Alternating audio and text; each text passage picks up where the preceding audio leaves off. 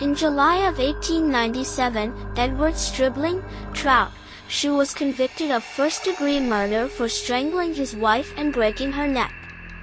Trout Shue's trial, held in Greenbrier County, West Virginia, rested entirely upon circumstantial evidence that strangely proved Shue's guilt beyond a reasonable doubt to jurors who were presented evidence from beyond the grave. The facts included post-mortem statements from Shue's wife, Zona Hester Shue, who was said to appear before her mother 4 weeks after death and reported what truly occurred in her murder. It was the first and only time testimony from a ghost was admitted as evidence in a United States Superior Court trial, and it secured a conviction. At 10 a.m. on January 23, 1897, 23-year-old Zona Shue's body was found by an errand boy. She was lying on the floor in their house, face down at the foot of the stairs, stretched with one arm tucked underneath her chest and the other extended. Her head was cocked to one side. Trout Shue arrived home before the coroner, Dr. George Knapp, attended. Shue had already moved his wife's body to their bed where he dressed her in a high-necked gown. As Dr. Knapp began examining Zona, Trout Shue exhibited overpowering emotions and cradled Zona's head and her shoulders, sobbing and weeping. Dr. Knapp stopped his exam out of respect for the grieving spouse and signed off the death to everlasting fate. A traditional wake was held before Zona's next-day burial, and attendants noticed peculiar behavior from Trout Shue. When the casket was opened for viewing, he immediately placed a scarf over Zona's neck as well as propping her head with a pillow and blanket.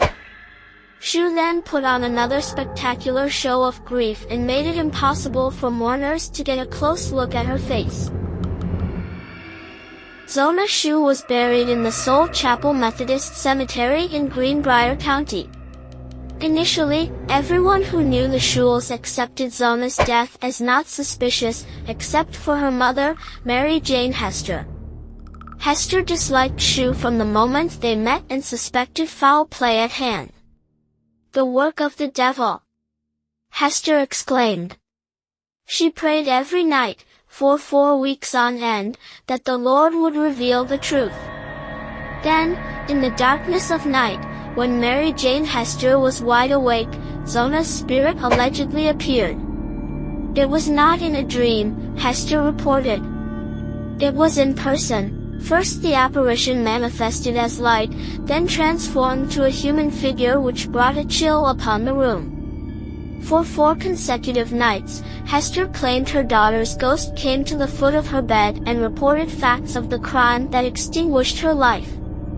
Zona's ghost was said to reveal a history of physical abuse from her husband.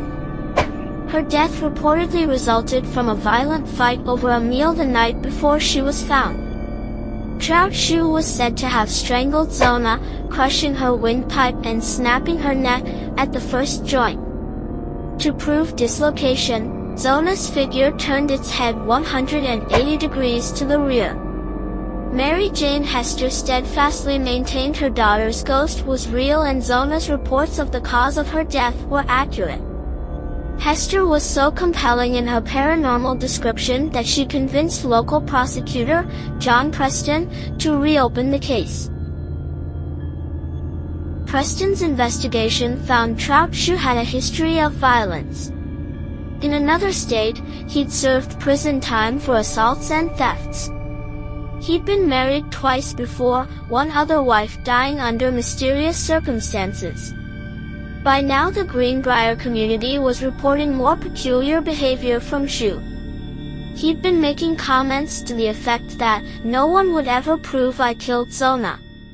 Combined with Coroner Knapp's admission that he failed to conduct a thorough exam, Preston established sufficient grounds to exhume Zona's body and conduct a proper post-mortem examination. Zona was autopsied by 3 medical doctors on February 22, 1897, with the official cause of death being anoxia from manual strangulation compounded by a broken neck. Bruising consistent with finger marks was noted on Zona's neck, her esophagus was contused, and her first and second cervical vertebrae were fractured. Anatomically, they're known as the C1 atlas and the C2 axis, which combines to make the first joint at the base of the skull. An inquest was held and Trout Shue was summoned to testify. Although he denied being present at the time of Zona's death and bearing culpability, he was unable to establish an alibi and considered an unreliable, self-serving witness. It was ruled a homicide and Trout Shue was charged with her murder. Trout Shue's first-degree murder trial began in Greenbrier Circuit Court on June 22, 1897. A panel of 12 jurors was convened who heard evidence from a number of witnesses, including Shue himself. John Preston was reluctant to subpoena Mary Jane Hester as a witness, fearing her ghost story would damage credibility. However, Shue's defense lawyer opened that can of worms and called Zona's mother to the stand. Evidently, it backfired. This verbatim excerpt is from the transcript of Mary Jane Hester's testimony. It's still on record in the West Virginia State Archives.